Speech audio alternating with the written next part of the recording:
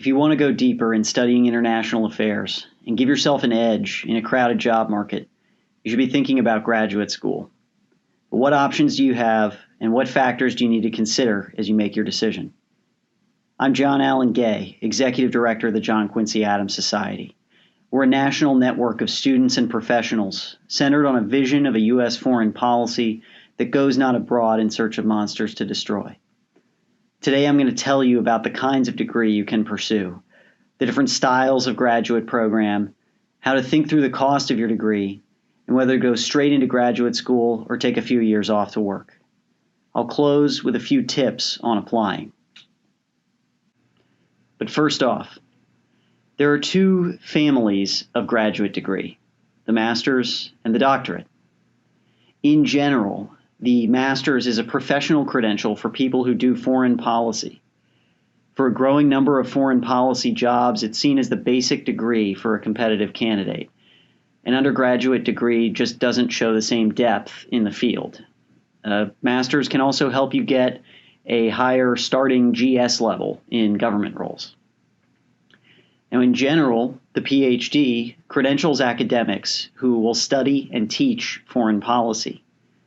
PhDs can credential you for other roles. For example, they'll give you more opportunity to eventually be in senior roles at think tanks and research organizations, like, for instance, the Rand Corporation. However, not knowing what your next step isn't a reason to get a PhD. A PhD is an intensive, multi-year process of learning and conducting highly focused research in your discipline. It's not for everyone, and there are many other paths into the national security space. For example, joining the military in active duty or in reserve, and then seeking a role in the military that can get you a security clearance. Or you could do what I did. I bounced around in the think tank and media worlds before I came to the society. There's no one right path into foreign policy. The depth and focus required to get a PhD also carry drawbacks for non-academic roles. People often expect PhDs to be eggheads who struggle to communicate quickly and clearly or to navigate the policy space here in Washington.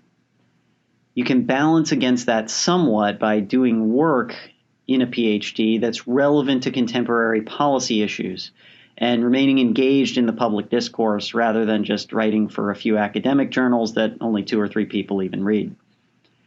Now, just as there are two styles of degree, there are two styles of program: academic programs and professional graduate programs. Academic programs are heavy on theory and research methods, and they aim to prepare you to do further academic research. These programs are more or less for people who want to be professors. And if you're on a PhD track, you'll often get a master's along the way, or if you drop out. I'll highlight one good academically oriented master's program later. Professional programs are focused on understanding the practice of foreign policy. Professionally oriented master's programs typically last 1 to 2 years. Many of your faculty will be former practitioners. Your coursework will focus on providing applicable knowledge. You'll learn how policy processes work, writing policy briefs, that sort of thing. One example, when I was at Syracuse, that program, in addition to learning about various issue areas, I had concentrations, certificates of advanced study in national security affairs and in Middle Eastern affairs. We learned things like program evaluation and statistics. Instead of a master's thesis, we had a capstone simulation of an international negotiation, and we were graded on how we performed. These styles of program can have a broader approach to learning because you're not confined to a particular discipline like political science or history. You don't have to just use those methods in your work. There are also professionally oriented PhD programs that can yield a doctorate. It's still a strong credential, but it doesn't necessarily make you competitive for top U.S. university jobs. Similarly, there are some overseas PhDs which are frowned upon in American academia.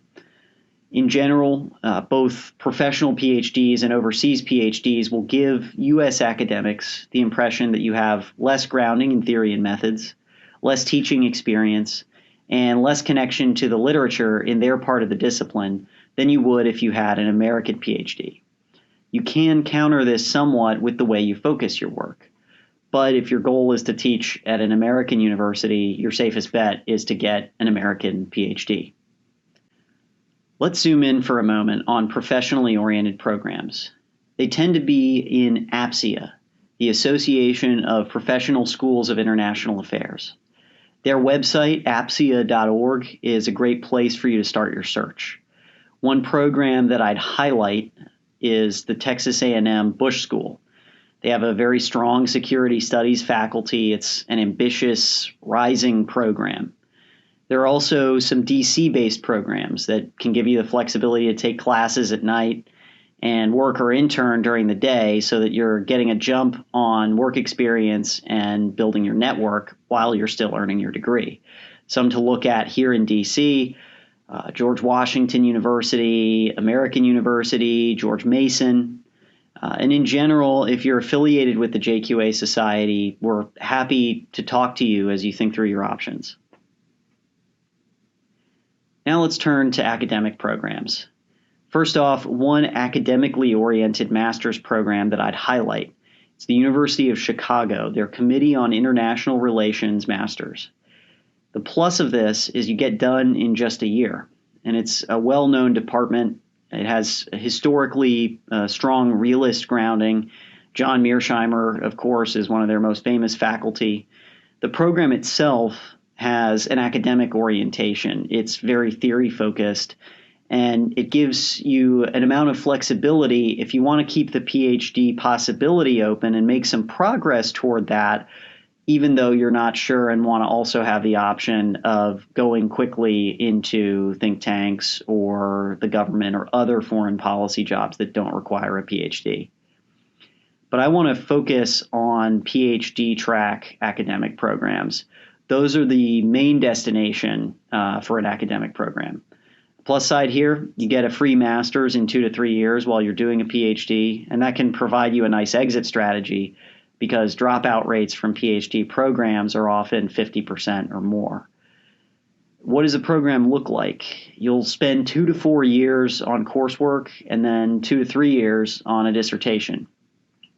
In general, you should be looking at and considering top 25 ranked programs with solid job placement histories, or you probably shouldn't go.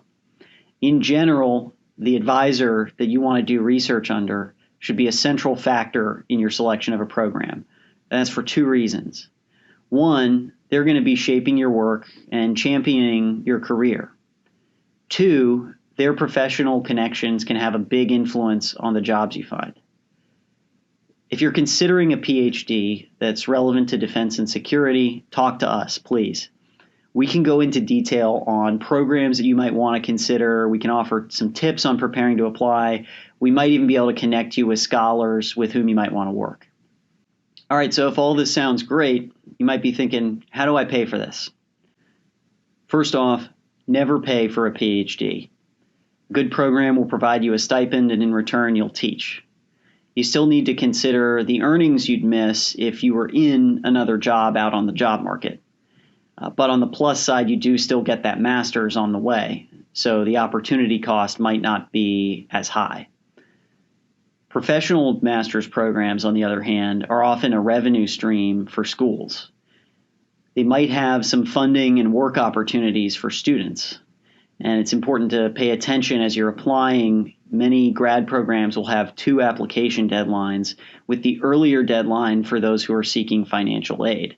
Although I'd caution you that not all programs with 2 deadlines have that rule. One common rule of thumb as you're looking at potentially taking out loans to go to grad school is that you don't want to have more total student debt when you graduate than your first year's salary. Another somewhat more conservative rule is to keep your anticipated annual loan payments under 8% of your salary. Just to get a figure on that, a ballpark calculation method for every $10,000 of debt on a 10-year repayment plan is going to be about $100, give or take, on a monthly payment.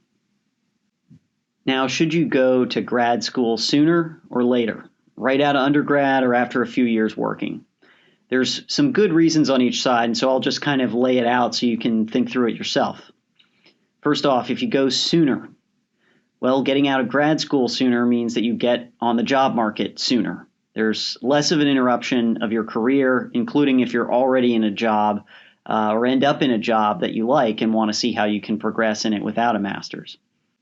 Second, going sooner reduces your risk of being drawn off track. You're less likely to change career directions or to have obligations to a spouse or a family that might reduce your ability to go far away for a program that you really like.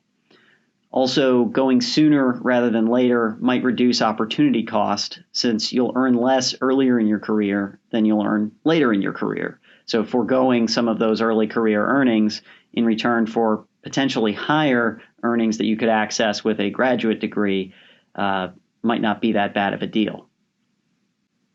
Another benefit of going sooner is that letters of recommendation from your professors will be more fresh, especially if you haven't already got letters of recommendation from your professors. What about going to graduate school later? Well, one plus side, you bring more experience. It can make you a stronger candidate for admission. It can help you learn when you have more experience. You'll have more maturity, more real world background that can inform your studies, help you choose courses, help you pick topics for papers. It can even help you chart a course in your studies that aligns with the needs that you saw when you were out in the job market. You might be able to pay down some of your debt or build up some savings that will help your financial situation as you're going through graduate school. And if your job is relevant to the field that you want to study, taking that job means you might learn that you actually don't want to work in that field. So getting a few years of experience is really not all that bad of an idea. Let me close this out with some tips for applying. Number one, plan ahead and be ready early. Many of the deadlines for applying to graduate school intersect with your exams or your winter break. So make a spreadsheet, put some reminders on your phone or your calendar, and block off time to work on applications and secure the materials you need because there's a lot of boxes that you'll need to tick, things like transcripts. Number two, talk to the admissions office at the university you're considering attending about questions you might have or what they're looking for in strong candidates. You might be able to get some insights about how they're going to make their decision. Number three, get your letters of recommendation lined up and stay on your recommenders. If you're applying in a few years and don't already have that, build your relationships with potential recommenders right now.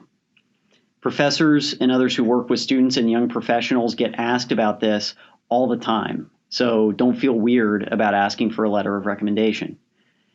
Ask people to give you a recommendation who know your work well enough to give a strong recommendation. And you should ask people who you're confident will give a positive recommendation. And it is totally fine to ask if they feel comfortable writing a positive recommendation, because not everybody that you've worked with is going to be willing to do that if they possibly have a negative opinion that you weren't aware of. And also, you should be ready to provide a resume and a few anecdotes or even to draft language for the letter.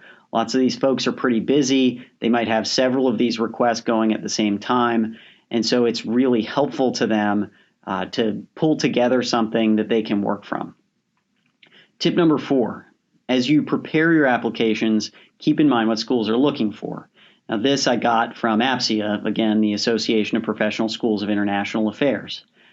They want people who have aptitude for study, a clear chance of success in the program, a clear sense of professional direction, and experiences and perspectives that they're bringing in that will help others succeed in the program. So that's everything I've got for you. Again, we're eager to talk with future national security leaders who share our vision of a more careful foreign policy and are looking to advance in their careers. This is John Allen Gay of the John Quincy Adams Society, signing off.